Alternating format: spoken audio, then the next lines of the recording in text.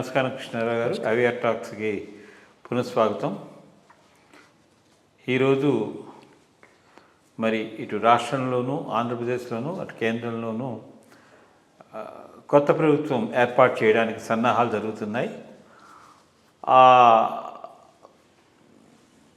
సందర్భంలో మరి NDA partners అయినటువంటి జనసేన, తెలుగుదేశం, అలాగే నితీష్ వీళ్ళందరూ వెళ్ళి ఈరోజు ఢిల్లీలో సమావేశం చేయడం జరుగుతోంది. ఇద్దరును ఎటువంటి షరతులు లేకుండా సపోర్ట్ ఇస్తున్నామనే స్టేట్మెంట్ ఇవ్వడం చాలా ఉదాహరణమైన విషయం. దాని ఇంపాక్ట్ అంటే ప్రతిదీ ఇంపాక్ట్ స్టాక్ మార్కెట్ పెంచేందుకు స్టాక్ మార్కెట్స్ కూడా ఒక కొత్త అధ్యాయం, కొత్త ఒరవడికి వెళ్ళింది. ఇంత స్టేబుల్గా ఉన్నారు అని అంటే దీనికి కారణం ముఖ్యంగా చంద్రబాబు నాయుడు 2019లో బీజేపీతో ఎందుకు విభేదించారు, ఆంధ్రప్రదేశ్కి స్పెషల్ స్టేటస్ ఇవ్వలేదనే విషయం మీదేనా? సో దీని మీద కొంచెం క్లారిటీ ఇస్తే ఇప్పుడు రేపు జరగబోయే నెగోషియేషన్స్ ఎట్లా ఉంటాయనేది కూడా మంత్రివర్గంలో వాళ్ళ పాత్ర ఇవన్నీ కూడా తెలుస్తాయి. తర్వాత ఇంకొక చిన్న విషయం కూడా ముచ్చటిద్దామని, జగన్మోహన్ రెడ్డి గారు ఏదో ఒక చిన్న రూమర్ వినికిడి కింద ఏదో వచ్చింది, ఆయన ఆపోజిట్ ఇండియా క్యాంప్లోకి వెళ్ళి పార్ట్నర్ అవుతారని చెప్పేసి విన్నాం. ఇది ఎంతవరకు సాధ్యం? ఒకటి, 2019 ముందు చంద్రబాబు నాయుడు గారు ఎన్డీఏ కూటమి నుంచి బయటకు ఎందుకు వచ్చారు?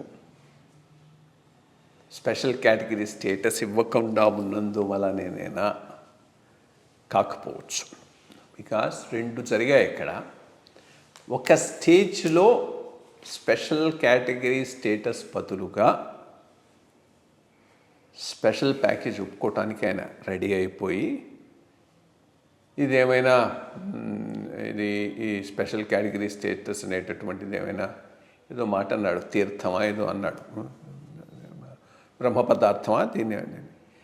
బట్ ఆ పైన స్లోగా బ్యాక్ ట్రాక్ అయ్యి ఇది మెయిన్ ఇష్యూ చేసి దాని నుంచి బయటకు వచ్చేసాడు. బట్ నా ఉద్దేశం అక్కడ ఒక చిన్న అసెస్మెంట్ జరిగింది. అసెస్మెంట్ ఏంది, 2019 ఎలక్షన్ రిజల్ట్స్ ఎట్లా ఉండవచ్చు, అప్పటికి అంత అడ్వాంటేజియస్గా అనిపించలేదు పబ్లిక్ ఒపీనియన్లో. ఎవరికి? నరేంద్ర మోడీ గారికి. పబ్లిక్ ఒపీనియన్లో నరేంద్ర మోడీ గారికి అంత అడ్వాంటేజియస్గా లేదు అనేటటువంటి టాక్ రావటంతో ఇప్పుడున్న ఇండియా అలయన్స్, అప్పుడు దాన్ని యూపీఏ అనేవాళ్ళు కదా, యూపీఏ రావచ్చు అనేటటువంటి ఒక కంక్లూషన్కి వచ్చారు. ఒక కంక్లూషన్కి వచ్చిన తర్వాత, అంటే పోయేవారు అడ్వైజర్స్ అక్కడ ఉన్నవాళ్ళు, కంక్లూషన్కి వచ్చిన తర్వాత దానికి అనుగుణంగా స్పెషల్ ప్యాకేజీ ఒక ఎక్స్క్యూజ్ అయింది, కానీ అది మెయిన్ కాదు. సో అందువల్ల బయటకు వచ్చారు, కానీ స్పెషల్ ప్యాకేజ్ మెయిన్గా దానివల్ల వచ్చారనేటటువంటిది నేను అనుకోను. సో అది ఆ రోజు ప్రస్థానం. సరే, బయటకు వచ్చాడు, మళ్ళీ ఇప్పుడు కలిశాడు. బట్ ఇవాళ జరిగినటువంటి ఆ పార్లమెంటరీ లోక్సభ ప్రాంగణంలో జరిగినటువంటి మీటింగ్ మాత్రం చాలా రీఅష్యూరింగ్. ఎందుకనంటే అన్కండిషనల్గా నితీష్ కుమార్ గారు, చంద్రబాబు నాయుడు గారు, మిగిలిన చిన్న చిన్న పార్ట్నర్లు కూడా తమ మద్దతును ప్రైమ్ మినిస్టర్కు ప్రకటించడం కూడా చాలా పబ్లిక్గా, చాలా నిర్ద్వంద్వంగా వాళ్ళ స్టాండ్ను తెలియజేయడం జరిగింది. సో అది చాలా గొప్ప విషయం. రెండోది, ఇక ఏమిస్తారు ఏమివ్వరు, ఇది ఒకటి జరుగుతూ ఉన్నది డిస్కషన్. అప్పుడు వాజ్పేయి గారు ఉన్న టైంలో ఈయన ఒకటి స్పీకర్ పోస్టే తీసుకున్నాడు.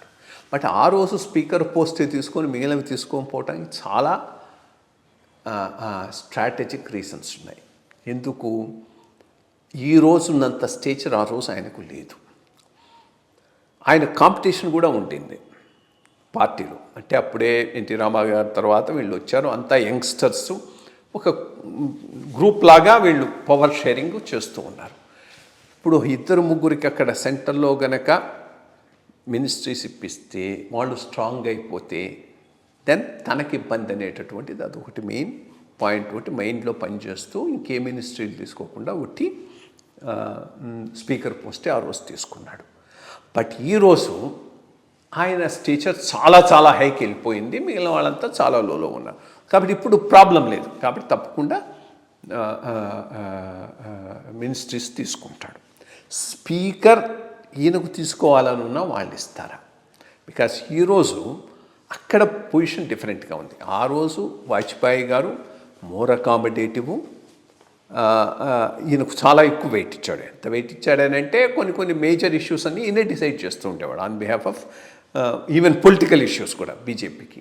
బట్ ఈరోజు పరిస్థితి అది కాదు. అందరికీ డిసైడ్ చేయగలిగిన సామర్థ్యంలో మోడీ గారు, షా గారు ఉన్నారు. కాబట్టి ఈరోజు లోక్సభ స్పీకర్ పోస్టు వాళ్ళు ఎవరికి ఇవ్వకపోవచ్చు, అట్లాగే 4 మెయిన్ పోర్ట్ఫోలియోలు కూడా వాళ్ళు ఎవరికి ఇవ్వకపోవచ్చు. సో అది రీకన్సైల్ అయిపోవాల్సి ఉంటుంది. సో దానికేమీ ఇది లేదు. ఇక స్పెషల్ కేటగిరీ స్టేటస్ ఇస్తారా, అదో major point. Special category status issue already Bihar అడగటం మొదలెట్టింది, ఒరిస్సా అడగటం మొదలెట్టింది. ఇన్ఫ్యాక్ట్ ఈ స్పెషల్ కేటగిరీ మనం అండర్స్టాండ్ చేసుకున్న అంటే సెంట్రల్ గవర్నమెంట్ అండర్స్టాండింగ్కు స్టేట్ అడుగుతున్న దానికి చాలా డిఫరెన్స్ ఉంది. Central government understanding special category status అంటే 10%, 90%, 90% central funding, central sector schemes కానీ వాళ్ళ అండర్స్టాండింగ్. మన అండర్స్టాండింగ్ ఏంది, దాని కింద ఇండస్ట్రియల్ ఇన్సెంటివ్స్ రావాలి.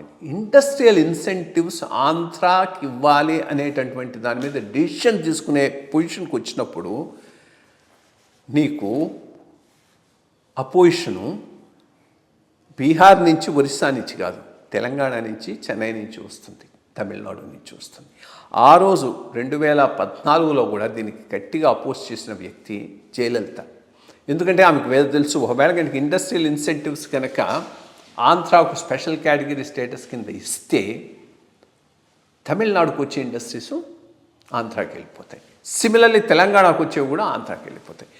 సో ఈ పొలిటికల్ రియాలిటీస్ను ఇగ్నోర్ చేసి ఆంధ్రాకు మనం అనుకుంటున్న టైప్లో special category status, industrial incentives కలిపి ఇస్తారా?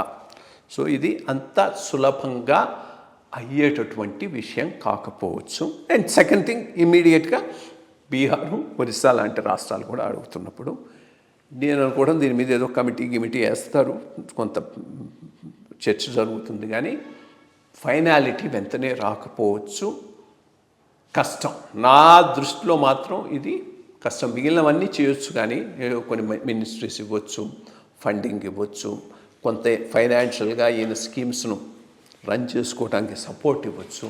బట్ స్పెషల్ కేటగిరీ స్టేటస్ మాత్రం ఈ ఇష్యూస్ అన్నీ కన్సిడరేషన్లోకి తీసుకున్న తర్వాతనే ఒక డెసిషన్ అవుతుంది, కానీ అంత ఈజీగా అయ్యేటటువంటి డెసిషన్ అయితే కాదు. ఇక జగన్మోహన్ రెడ్డి గారు ఇండియా కూటమిలోకి పోతాడా?